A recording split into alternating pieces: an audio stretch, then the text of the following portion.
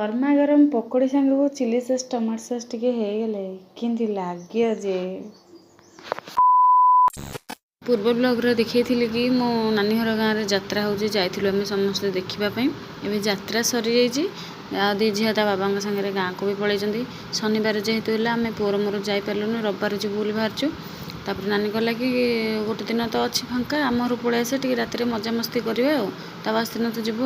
से सन्ध्या नानी कहला पियाज पकड़ी करिया चल आलू पकानी खाली पियाज कंचा लंका भृषंग पत्र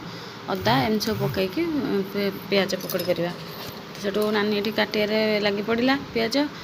शाशु ये बस मो पुओं कमला छड़ाऊँ मो पुअर फेवरेट कमला ना से कमला छड़ाऊँ खाए बोली पुओ तापर ये नानी मोर पलि आसिलु रोसे पुओ कहला दियो मुझे छाणीदेवी नानी कहला ना तू जा आम दिज गपसप होगी दे भौणी आ छाणीबू ये जुआणी लंकागुंड लुण हलदी सब पकाई पियाज पकईकि कंचा लंका सब पकाई नानी भल लगे चकड़ी देला कहला तू बस मुझे छाणी दूची मु तो बसबी कौन मु तो वीडियो करदेली मुझे वीडियो करदे मो पुओ को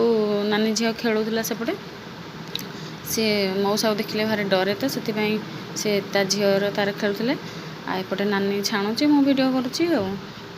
दी भौणी टी कथबार्ता हो दुख सुख होपर हो सारा ता झील पलि आसला नानी झील आम दिज जाक चिली सॉस टमाटो सॉस मड़ेगी गरमा गरम पकोड़ी मजा नेलु किए खाइब आम सागर जल्दी जल्दी पलि आस